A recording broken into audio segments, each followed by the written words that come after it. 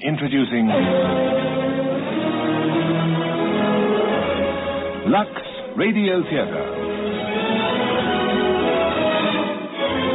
Tonight and every Monday night at this time, Lux Radio Theatre presents for your entertainment the finest in radio drama. This week we bring you The Late Edwina Black. The time is the turn of the century. The locale, a double-storied cottage in the country. It is the home of Gregory Black, a schoolmaster, whose rich invalid wife has just died. In fact, our play begins on the night before the funeral of the late Edwina Black, and the dramatic events are precipitated with the arrival of Henry Martin at the somber, dimly lit house of mourning. This gripping play by William Dinner and William Morum has been adapted and produced for Lux Radio Theatre by Fiona Bonnell.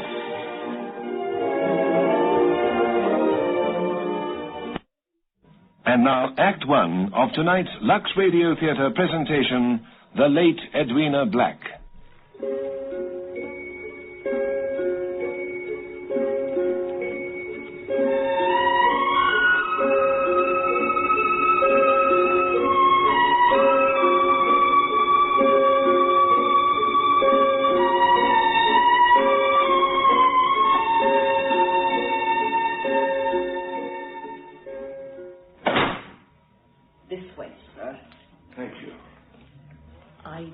Quite catch your name, sir. Martin, ma'am. Henry Martin. I don't think the master will see you today. This is a house of mourning, you know. I'm sorry. He's out for his constitutional in any case. Would you like to see Miss Graham? Miss Graham? She was the mistress's companion, sir. I have to see Mr. Black himself, ma'am. Couldn't you come back after the funeral tomorrow? I'm afraid my business is about the funeral. Oh, you're from the undertaker's. Why didn't you say? You can sit down if you like. Thank you. No, not there, if you please. That was her chair, Mrs. Black's. My poor Miss Edwina's. No one else ever sat there in her lifetime and shouldn't do now. Death can be very tragic, Mr. Martin, especially for those who are left, for those who loved her. Yes, indeed. Are you staying in service here, ma'am? Oh, why shouldn't I? It was her house. I was with her ever since she was 21, and no servant ever had a better mistress, nor a more stylish and graceful one. Did you know all her clothes came from Paris? They say she was a fashionable old lady. Old? She wasn't old. She had the figure of a girl of 20. Oh, she loved that wind bell. She used to say it was like her laughter when she was young. It was, too. Now she's lying up there, just waiting to be buried. How is your master taking it? Quite well, thank you. I've no doubt his schoolmastering keeps him from brooding. I'll just tell my cabby not to wait, if you'll excuse me, ma'am. You'll have to walk back to the village if you do. Oh, that's all right, ma'am.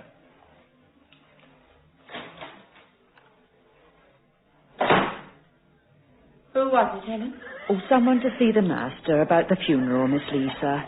He's taking a longer walk than usual tonight. Oh, that must be him now, Miss Lisa. Oh, yes. There's a Mr. Martin called to see you, sir, about the funeral. He'll be back again in a little while. I'll be in the kitchen if you want me. Lisa, I see your dress has arrived. Yes. The first dress I've given you. And it's black. I hate black. I long for colour, rich, exciting colour. I seem to have worn dull, drab things all my life. Now the first dress you give me, black. Gregory, I don't want to go to her funeral. I can't bear the idea. It'll be over in an hour at the most. She had so many friends. They'll all be there. What will they be thinking and saying about us? You mustn't let it worry you. We're not staying in this house much longer. In a month or two, we'll be in Italy. Yes. Sometimes I can scarcely believe we'll never hear her knocking on the floor of her room again. Never hear her sharp voice. Never have that feeling of guilt when we look at her. I love you, Lisa. Gregory, no. Only when we get to Italy will I believe she's really dead. I found a wonderful picture of Menaggio in the travel booklets from Mr. Long the other day. Shall I show it to you? Not now. But it's here, on the desk. We must remember Ellen. Who's that, I wonder?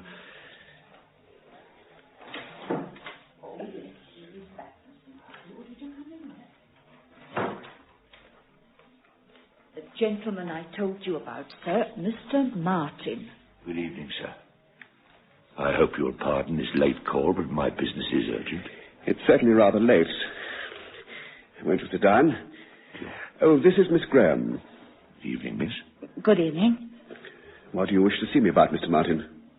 It's a delicate matter, sir. Shall I leave? No. You can speak in front of my secretary, Mr. Martin. I believe you've just lost your good lady, Mrs. Edwina Black. The funeral takes place tomorrow. Please accept my sympathy, sir. Thank you. I understand the lady was ill for some time. About 6 months. Why do you ask? It now appears that Dr. Prendergast is worried about your wife's death certificate and regrets having signed it. What? He's dissatisfied with the apparent cause of death. Therefore, I've come to ask you to delay the funeral. Who are you to interfere like this? I'm a police officer, Miss Graham. I've been sent here to discover the cause of Mrs. Black's death. You see, Dr. Prendergast speaks of certain symptoms which now strike him as strange. Surely you're not suggesting that my wife died by other than natural causes? Let's say the suggestion will always be there unless the matter is cleared up. But if you stop the funeral, the whole village will gossip. I'm afraid there's no other course left, miss. A pathologist's report, though, should ease everybody's mind. But this is an intolerable situation. What excuse can I give the vicar, the undertaker? Leave all that to me, sir. The burial can take place following the post-mortem, possibly the day after tomorrow. But this may start the most terrible rumors. It's to stop any rumors that we must have the post-mortem, sir. I'll just get my hat. I left it here on the desk. What's this? Touring booklets? You're planning to go abroad, sir? A holiday. From London? No, very good. Well, I'll be off. Expect I'll have the report through by Thursday. You'll keep me informed, I suppose. I'll come at once, sir. Good night. Good night, Inspector. My apologies if I've taken the matter rather badly. But you haven't, sir. You've taken it very well indeed.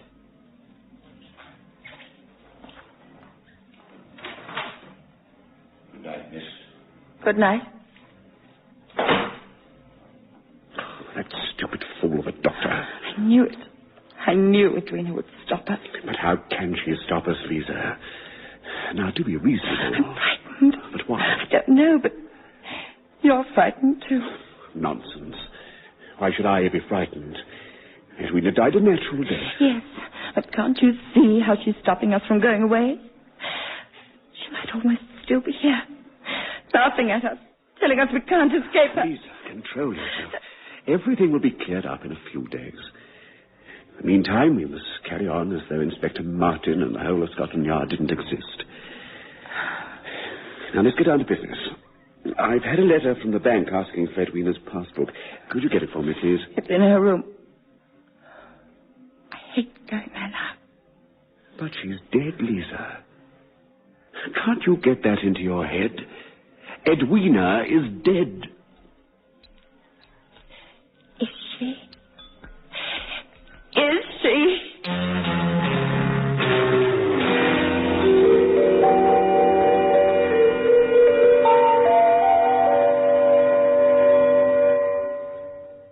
Mr. Martin, you've been in and out of Miss Edwina's room at least 20 times this morning. And you're quite sure you've moved nothing from it, Ellen? I most certainly am. Apart from the things you took away the other day, that is. My good lady always says I need telling everything 10 times over. She asked for it, marrying a policeman. Good morning, Miss Graham. Good morning, Inspector. I expect you want to see Mr. Black. I imagine he must have gone down to the village. I've no doubt he'll be back shortly. Well, if you'll excuse me, ladies, I'll go upstairs again. Better keep an eye on him, Miss Lisa. He's forever disarranging things upstairs.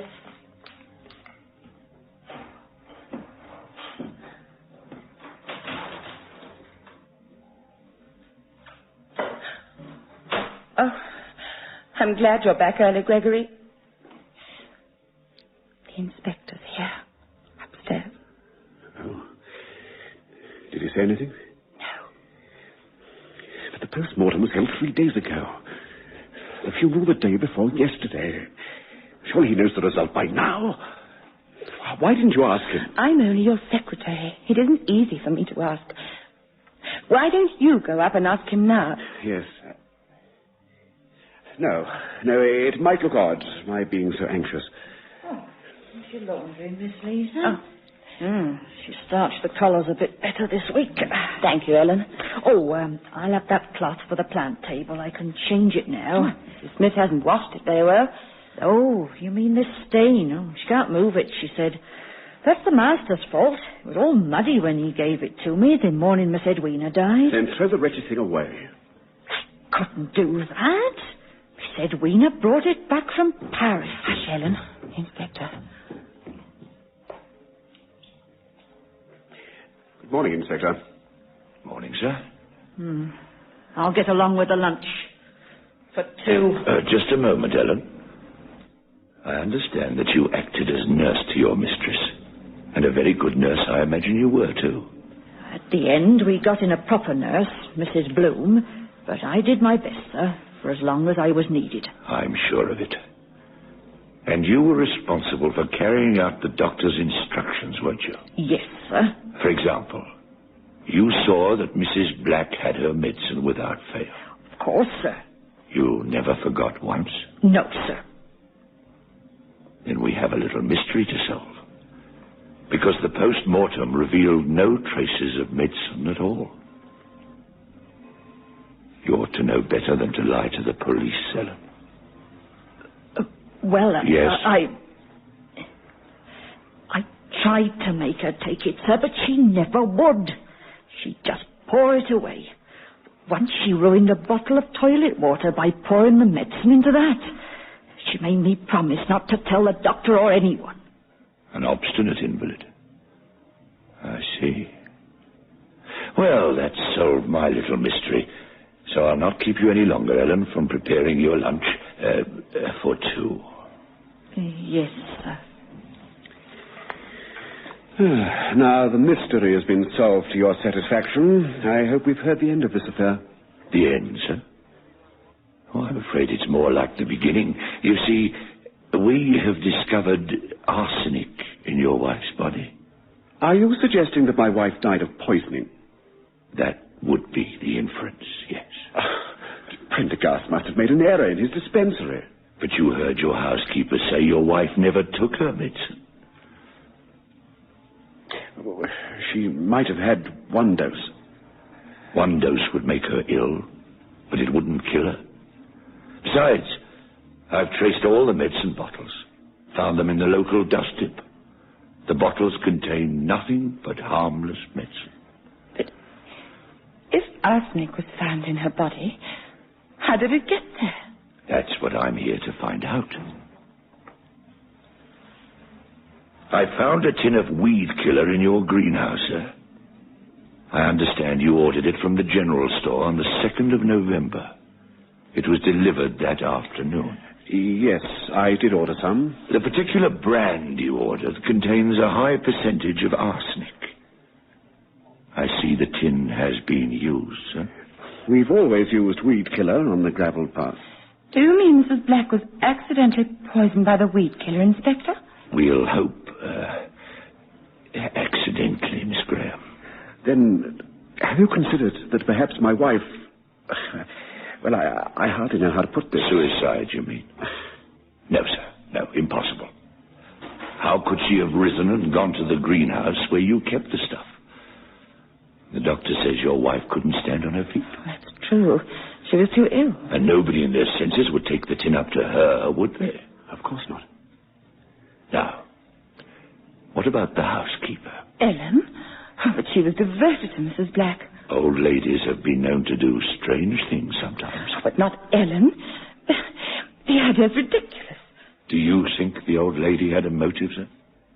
I know she was left a small annuity, but Ellen wouldn't do anyone an injury to get it. Exactly, sir. The motive isn't large enough. You mean Mr. Black has a larger motive since he will inherit the fortune? I don't mean anything. Yet. There's another possibility, of course.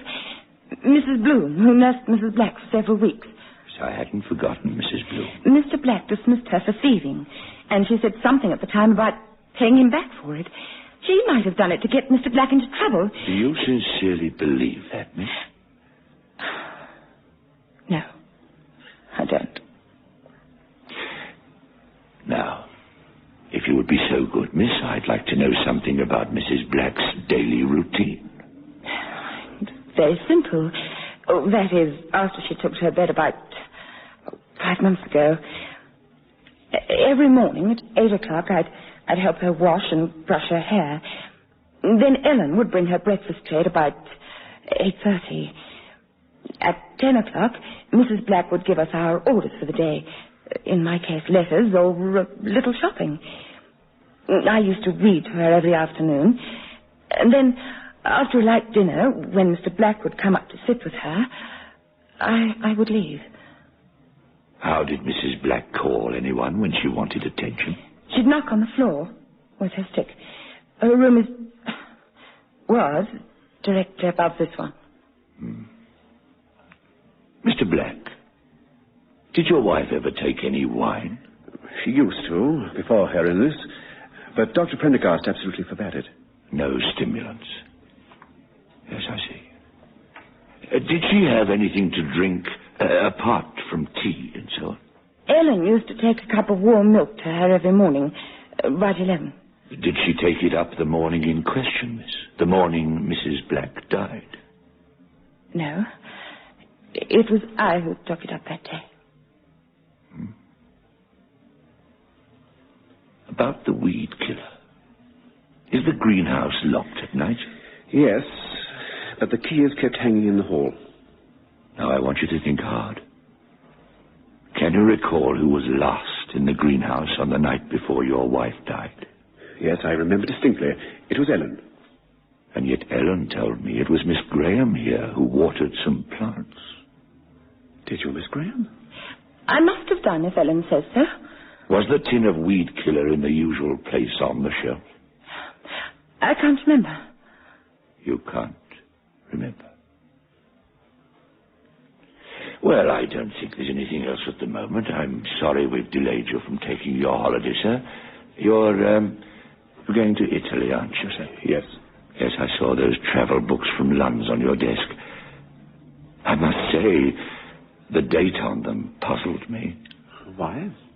To have sent for them 5 weeks in advance of your wife's death seems somewhat pessimistic. I ordered those booklets because I had intended traveling so often during the past few years. But you didn't order them, sir. Miss Graham did. So you intend going alone, sir? Why do you ask? Oh, just curiosity, sir.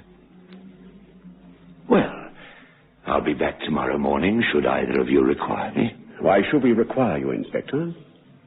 Oh, well, you may just discover something I've overlooked.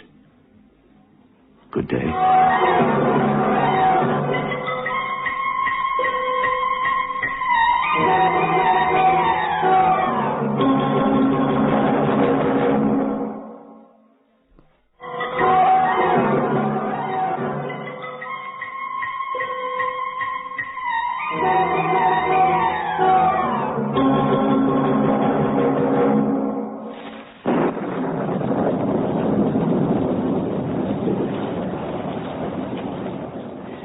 I wonder what Inspector Martin meant by overlooked before he left this morning. I don't know, my dear. You really must try not to think about it all the time. Are you as calm as you pretend? Yes, of course I am. Lisa, come and sit beside me. What is it? I heard something. But we're alone in the house. I sent Ellen to the vicarage. Sure, I heard a sound upstairs. It's only your imagination. You remember how she would knock on the floor, beginning softly, and thumping more and more? You must forget her, Lisa. She's gone now. She can't hurt us any more. That was the door of her room. She's clinging to the house she loved. Her door is locked. Ellen must have left the box room door open. I'll go and see. No, don't leave me. You're trembling. Oh, my nerves have been dreadful since Inspector Martin came here. You've no reason to be nervous of him. You've nothing to conceal. Oh, it's silly of me. I'm sorry. After all, we've done nothing wrong. The pathologist has made an error, that's all. How could she have died of poisoning? Who would want to poison her? Mrs. Bloom? Ellen? Why should they? And who else is left? Nobody but us. But we know we didn't. So that's that. Lisa? Yes? What made you send for those travel booklets? I've often sent for such things. You know I've always wanted to travel. Yes. What are you thinking? Why did you send for them so early? You're looking at me as though you were the inspector. As if I was lying. I only meant it must have seemed odd to Martin. You're sending for the booklets weeks before Edwina's death. I think you mean you found it odd, Gregory. You're twisting my words. You're thinking that... Surely it's not possible. She was in our way, wasn't she? And because you loved me... Lisa, did you? If you did, I'll understand. I love you, but I must know. Do you really think I would murder? Yes, I can see you do. Supposing I confess I did kill her. Well, no, it wouldn't make any difference to my love for you. Are you sure, Gregory? Would you ever really forget? While I was in your arms, wouldn't you see me stealing from the greenhouse, a small tin in my hands, waiting and listening until it was time for a milk? Oh, don't say that, Lisa, please. You see? Oh, Gregory, how can you accuse me? How can you? Edwina was poisoned. There's no question about that. But I've got to know who did it. I swear to you, it wasn't me. Oh, forgive me, Lisa. No. Don't touch me. I've hurt you. Forgive me. Ellen can never come back in all this rain. Please forgive me. Huh. She hasn't watered the azalea again. Quite dry. I didn't know what I was saying. Gregory, what was it Ellen said this morning about the cloth under the azalea? I don't remember. I do. She said you gave her the cloth on the morning of Edwina's death. But I don't remember seeing the azalea here before then. Did you bring it to the house the morning of her death? I forget. Why? Because if you did, it proves you were in the greenhouse after me. Lisa, we must stop this. Don't you realize what we're doing to each other? It's this house. It's alive with malice. Edwina is alive. Only in our minds. What do we know, the dead or what happens after death? How do we know that at any moment she may not walk quietly down those stairs, smiling as she used to? Lisa, stop thinking about her. We know we didn't kill her, either of us. Trust me, my darling. Surely you can trust me. Oh, I wonder what would have happened if we had told Edwina about us. That would have been the most dreadful scene. I would have been made to resign from school. Yes. You have no money. And Edwina was so rich. Oh, Lisa, don't. But why did you bring in the plant in that morning? The house was so bleak and dark. The azalea looked so cheerful. And you knew that Edwina was leaving you her money. Lisa, you must stop. But if the pathologist made no mistake, what is the answer? I don't know. Look. It's going out. Oh, well, they must have forgotten to fill the registry again. Oh, light the other lamp. Where are the matches? On the chiffonier, by the candle. Gregory? Where are you? Why don't you answer me? Gregory!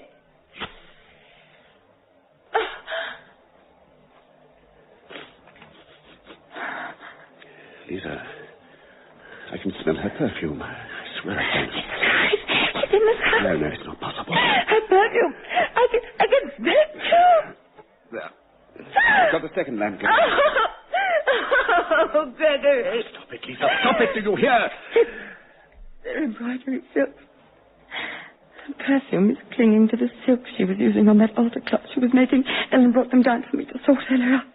Shall we never stop being reminded of her? Not in this house. Shall we have some coffee? I'm afraid there isn't any.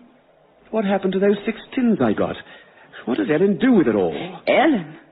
You should say Mrs. Bloom. I should have prosecuted the woman. I was far too lenient. I told you I saw her take a brooch from Edwina's jewel box and put it in the pocket of her coat on the very morning Edwina died. No, you didn't tell me. Oh, I thought I had. Probably forgot. So much happened afterwards. But you were in the sick room only twice. At 10 o'clock, when I was there with Mrs. Bloom, and not again until Ellen called you to the bedside at 12. What of it? If you saw Mrs. Bloom in her cloak, then she was leaving the house at 11:30 as usual, after I gave Edwina the milk and before Ellen called you at 12. The explanation's quite simple. Edwina was dead when I went up to her room at 11:30. Dead? Yes, dead. Don't you believe me? No. Gregory, you killed her, and you have destroyed every hope we ever had. But I'm innocent. You have to believe me. Look, here's Edwina's Bible. I swear to you, I did not kill my wife. How could you imagine I could kill anyone? Lisa, what's the matter? Can you hear it? Her stick. She's tapping with her stick. She's coming down here. Ellen. All right, miss. When did you get back, Ellen? What are you doing with that stick? Stick, sir? I just went up to fetch it. You promised it to the vicar's wife as a keepsake from Miss Edwina. Don't you remember, sir? Oh, yes. I'm afraid I forgot it when I went down with the altar cloth earlier. We didn't know you were back. Oh, I got home just before the rain started, so I went up to Miss Edwina's room for the stick. I've been sitting there ever since, remembering her. It was so very quiet and peaceful. We never set our clock again, sir. That's why it was so quiet. You shouldn't have come down like that. You startled us. Oh, I'm sorry, sir. I know I shouldn't have sat there so long, but time just slipped by. What with the clock still standing at 12. Just as we stopped it the morning she lay dying. Do you remember how still and peaceful it was in the room when we did that, sir? That's enough, Ellen. You may go now. Very well, sir. The old fool. Then Edwina was alive when you went into her room at 11:30. She only died at 12. What were you doing in that missing half hour? If you loved me, you wouldn't talk like that. Would you tell the inspector about your visit to the sick room? You really want me to do that? An innocent man would. I'm rather stupid, haven't I? You want me to shoulder the blame for her death because you're afraid of the police. Yes, you want me to be guilty. Gregory! You poisoned her because you've always wanted to be the mistress of a large establishment. You killed my wife for it, and now you want me to take the blame. Stop! I would do anything to gain your end. I believe you'd poison me. You could poison the coffee. That would make it easier for you, now that everything's gone wrong. Easier for me? You could say I'd committed suicide because I'd murdered my wife. Was afraid now the police were making inquiries. You'd be safe if they thought that would be true. I'm not trying to poison you. But no doubt you want me to swear that on the Bible, too. Yes. Well, you can save your breath. I've no intention of doing it. Wait a minute. This isn't Edwina's Bible at all. It's a Latin primer. I thought it was her Bible. You knew it wasn't. Were you afraid to swear on her Bible because you knew you were going to tell a lie? No. You did kill her. You told me lie after lie. I won't have you say that, do you hear? You shout at me. I'm not one of your schoolboys. You're trying to dominate me as she did. I should have known that a man who was capable of living on his wife's money was capable of anything. That's not true. I have my own salary. Your salary never paid for your servants, your luxuries, your expensive clothes. You can say that to me after making love to me. You made love to me. Indeed, then I succeeded very easily. I didn't mean to do that. No, I will tell you why I lied and said Edwina was dead when I went up to the sick room. When I went up at 11:30, Edwina told me that you wanted to get rid of her. She said she was sure the cup of milk was poisoned. Why did you tell such a lie? I realize now that she was trying to make trouble between us. And she knew about us? Yes. You'd always comforted yourself by saying that Edwina never knew. I didn't want to take that comfort from you. Gregory. Oh, Gregory, to consider my feelings like that. I loved you. Oh, Gregory, I've been such a blind fool. Oh, forgive me. Oh, I do.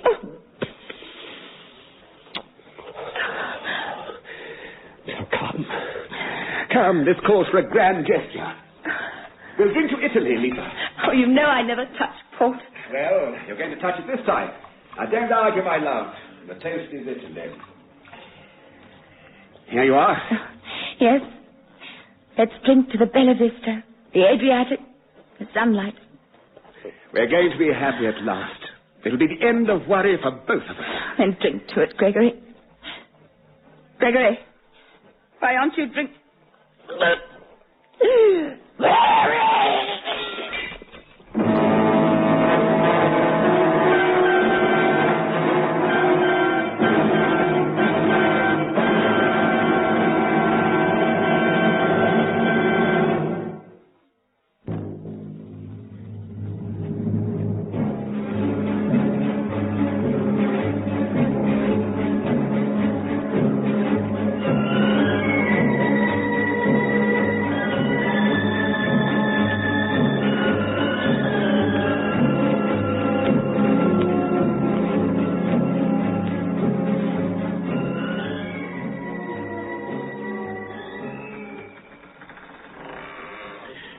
Who's there? Lisa? Is that you? Yes. But Ellen told me you were too ill to leave your room. I am ill. That's strength enough to come down to be here when the inspector arrives. You know he's coming, don't you? I hadn't forgotten. This time I shall tell him the truth. I shall tell him you murdered your wife and then attempted to poison me. You realize that pork was poisoned, don't you? Yes. I think I loved you. Here's the inspector now. You'll be able to denounce me, Lisa. You're clever enough to make him believe you. Oh, you're up, miss, and I was just telling the inspector. Good day, sir. Good day, Miss Graham. Good day. I hear you've been ill. I'm sorry. I am ill, Inspector, but not as dangerously as I might have been. I'm pleased to hear it, miss. Inspector, Mr. Black has something to tell you. Have you, sir? Well, there's just one question I want to ask Miss Graham first, and then we'll hear what it is. Now, miss, I want you to cast your mind back to last April. You went to the village and called in at the chemist for some toilet soap and tooth powder. Now, can you remember buying anything else? Of course I can't remember. So long ago. Inspector, you will see that all this is a waste of time when you hear what Mr. Black has to say. I think it was about the second week in April. Oh, never mind April. Last night I was nearly killed. Really, miss? I was given a glass of pork from that bottle. It was poisoned. Indeed. How do you know? Because I was violently sick after being given a glass of it by Mr. Black. It was harmless as far as I knew. I'd poured myself a glass as well. You didn't drink yours. It was only sheer chance that I didn't. I'm afraid, Inspector, I must tell you that in my opinion, Miss Graham poisoned that port herself. She took just enough to become ill and to make me look guilty when she accused me of murder. That's a very serious charge. He knows I didn't poison it, Inspector. Now, you each had a glass and only one of you drank. Where is the untouched glass? Ellen threw it away. When did you last have a glass of port? Not for several weeks. And you, miss? I've never had a glass before in this house. So, bearing in mind that Ellen is teetotal and Mrs. Black forbidden to drink, this bottle would have been in the cupboard for some time. Yes. Then how is it that when I made inquiries at your wine merchant, I learnt that a large number of bottles of port came into this house regularly during the last 6 months, sir? I knew nothing about it. And you can't throw any light on it either, miss? No. Then we'd better ask the housekeeper. I'll ring for her. Thank you, miss. But this is a complete waste of time, Inspector. Mr. Black poisoned his wife and then tried to poison me. And what motive would you give Mr. Black for doing this? He knew he was going to inherit her money. But that's not strictly true, miss. I visited Mrs. Black's solicitor this morning. I believe he's due here tomorrow for the reading of the will. He told me a most interesting fact. That you, miss, inherit half of Mrs. Black's fortune. Did she ever say anything to you about it? Well, she did say once that she'd make me wealthy. I thought it was only one of her jokes. But you never told me. Now, you see, Inspector, there is a motive. But you have a motive too, sir. I wonder what's keeping Helen. Oh, I'll ring again. I hope you won't mind my saying so, miss, but you have very attractive hands. Beats me how you ladies keep your hands so white. One of those feminine secrets, I suppose. You rang, sir. The Inspector wishes to ask you a question, Ellen. It's about the port, ma'am. Well, I'm teetotal, as I told you, sir, so I can't help, can I? Oh, but I think you can, ma'am. A considerable amount of port has come into this house lately, and I'm trying to discover what has happened to it. Did you ever give the late Mrs. Black any? Why, Dr. Prendergast strictly forbid it. But you never took any notice of the doctor, ma'am. You admitted to me that Mrs. Black never took her medicine, that she used to pour it away. Well, that was different, sir. Ellen, you can go to prison for telling lies, you know. Have you ever seen this bottle before? I found it in Miss Edwina's room the morning she died. She used to hide it away from the doctor. I brought it down and put it in that cupboard. So you did give Mrs. Black port? A lot of it? She used to crave it, sir. Brought the colour back into her cheeks and made her feel better. You came into an annuity by her death, Helen. I suggest you might have tampered with this last bottle of port. You mean... Oh, what a wicked thing to say. As if I'd harm her. Besides, Mr. Black knew she was having the port, sir. That'll be all. Thank you, ma'am. Yes. Mr. Black, why did you tell me your wife did not have any stimulants during her illness? I didn't want anyone to realize that I had to give in to her about everything. You gave her the port knowing it was dangerous in her condition? What did he care about that? It was simply an easy method of giving her the weed killer. He was in the greenhouse after me. He brought in that azalea. What other evidence do you need? If only it were as simple as that, miss. You see, we analyzed the weed killer. Less than half of it is composed of pure arsenic, which would dissolve in liquid. The rest is like sand and will not dissolve in anything. Now look at this bottle. You see, the wine is quite clear. Then this bottle does not contain weed killer. No, sir, no. Because, you see, Mrs. Black was not poisoned by weed killer. Don't understand. You will, miss, you will. Now we come to that little purchase you made in April again. Apart from soap and tooth powder, you also bought a certain preparation which is quite fashionable nowadays. So I think it was for your hands, miss. Yes. I bought something to whiten the hands. A powder which I had to dissolve in water. Exactly, miss. Oh, the chemist ought never to have sold it to you. But I suppose they're very lax in these country districts. You see, that powder was pure white arsenic. Arsenic? But I never knew. I swear I never knew. Now, you ordered a second packet in June. A packet which Mr. Black collected for you. I don't remember anything about it. Yes.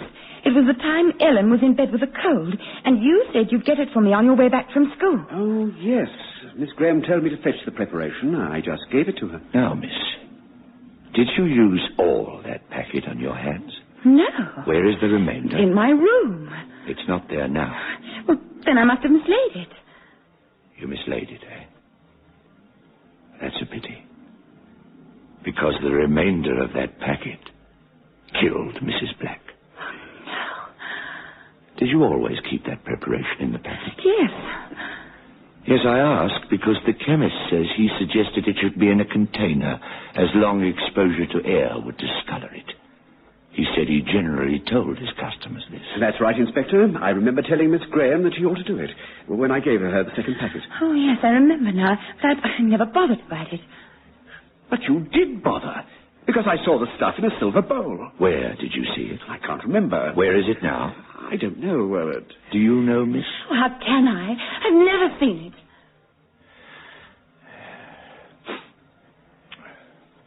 I must confess I find myself at a loss. Both of you stand to inherit a considerable sum of money. Both of you had access to arsenic. Miss Graham mislays a quantity of it, which later poisoned your wife in a drink, possibly from this bottle of port. A silver bowl, which may or may not contain arsenic, and which would or would not reveal traces of this, is missing. If we could find the bowl, we could verify one or other of the conflicting stories. But since we can't find it, I shall have to ask you both to accompany me to London, where we can go into the affair a little more deeply. You mean you're arresting us? Let us rather say that you've been called in for further questioning. Right, it'll be a cold journey up, so with your permission, sir, I think it would be a good idea if we had some tea before we left. I'll tell the housekeeper. So, you've won, Lisa. No matter what he says, they'll arrest us when we get there. Charge us with murder. Why don't you admit that you stole the arsenic from my room and put it into the port? I never even knew it was arsenic. Neither did I. But what's the good of arguing? Unless one of us confesses, they'll believe we did it together. I feel Edwina's watching it all. Yes. It's as though we're bound together by her death. We can't escape her. There's one thing we can do. We can run away now, at once. If we get abroad, it'll be all right. There must be somewhere in the world where they couldn't find us. Oh, what would our life be like? Living in shabby hotels, afraid to go out into the sun, starting an alarm when anyone knocked on the door. And Edwina would be with us. Always. Mr. Martin tells me you're going to London with him, sir. That's right, Ellen. About the house, sir? Oh, you can see to that. Yes, the train is at 10:30. That gives us plenty of time.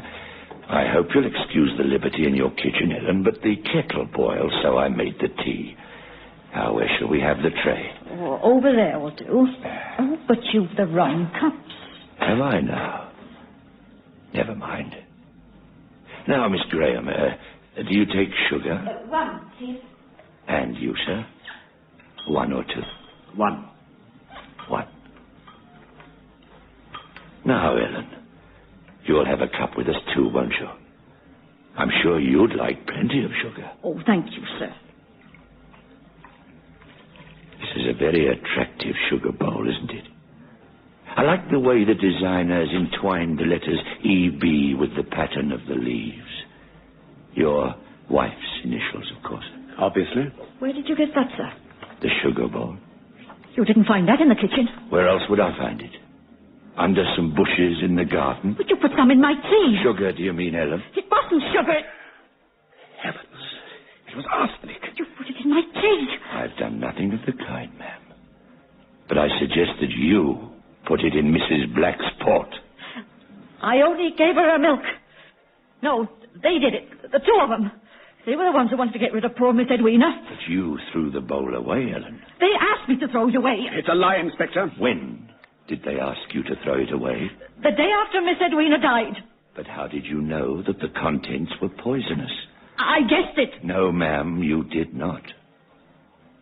I suggest you knew it was poison because you'd already given it to Mrs. Black in her port. But why should I harm her? I loved her. I tell you. Yes, you stole the hand preparation from Miss Graham's room and put it into the bottle of port before you took it up to your mistress. I didn't steal it. I didn't. Miss Edwina asked me to get it. It was she, Miss Edwina, who put it in the silver bowl. And then you poisoned her. I tell you, I didn't poison herself. She poisoned herself. Poisoned herself? Yes. Try to be calm and tell us the rest, Ellen.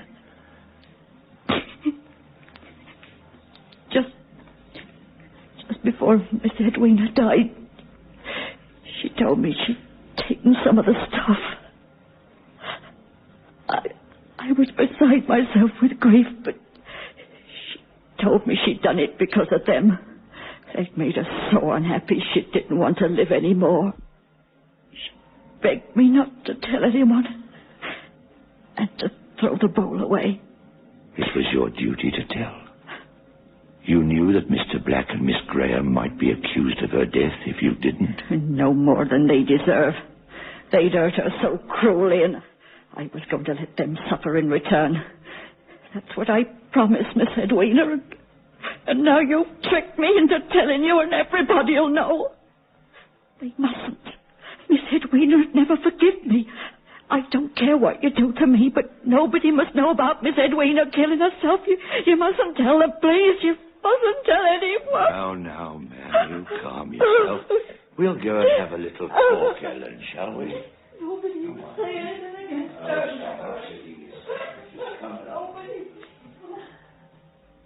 I remember it was Edwina who recommended that I should buy the preparation for my hands. She must have known it was arsenic. Edwina was the only one who did know. She meant to hang us. She knew she had to die, so she schemed to use her death against us. Ellen's quieter now. She'll be all right. I hope you forgive the rather clumsy ruse of the sugar bowl, but there was no other way out of it. Can't understand, though. Ellen said the poison was in the milk, and yet I became ill when I drank from the bottle of... If you remember, Mrs. Black had the habit of pouring away her nasty medicine anywhere to get rid of it. This bottle of port happened to be handy, so she popped the medicine into that. But I became ill, Inspector. Well, of course, miss. You took an overdose of Mrs. Black's medicine, a wine glass neat, and in your overwrought condition. Just medicine. And all the suspicions we built. Yes, sir, yes. We human beings are very open to suggestion.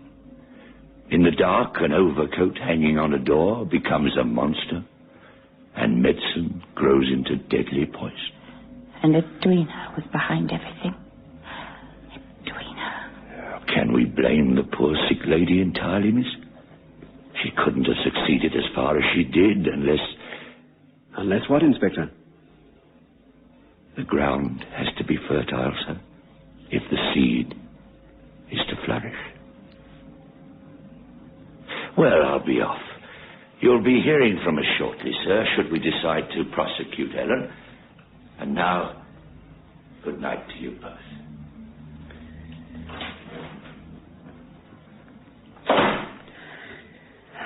Do you realize, Lisa, that we're free now? Free? No, Gregory. Edwina's won, hasn't she? She succeeded in parting us. Even after her death, she's managed to part us. But our love... Our love. Oh, what a shoddy, tawdry thing it turned out to be. We suspected and accused each other. I'll go upstairs and pack now. You're leaving me? Yes. We could try again, couldn't we? Could we live together? Love each other without remembering the dreadful things we said? I could not. We know each other now. We really know each other. We have no romantic illusions left. It's true, only ourselves, our real selves. I am leaving, Gregory. If you leave me now, I shall be alone. Alone with Edwina. I shall leave tonight. No. No, please don't. Lisa!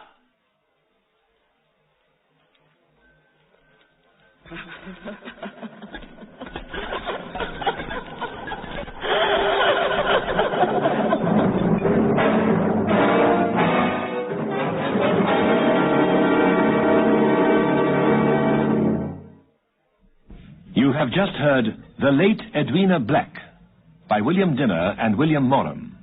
The part of Gregory Black was played by John Hayter, and as Lisa Graham you heard Elaine Lee. Tony Jay was Inspector Martin, and Ellen was played by Patricia Saunders. The Late Edwina Black was adapted for radio and produced for Lux Radio Theatre by Fiona Bonnell.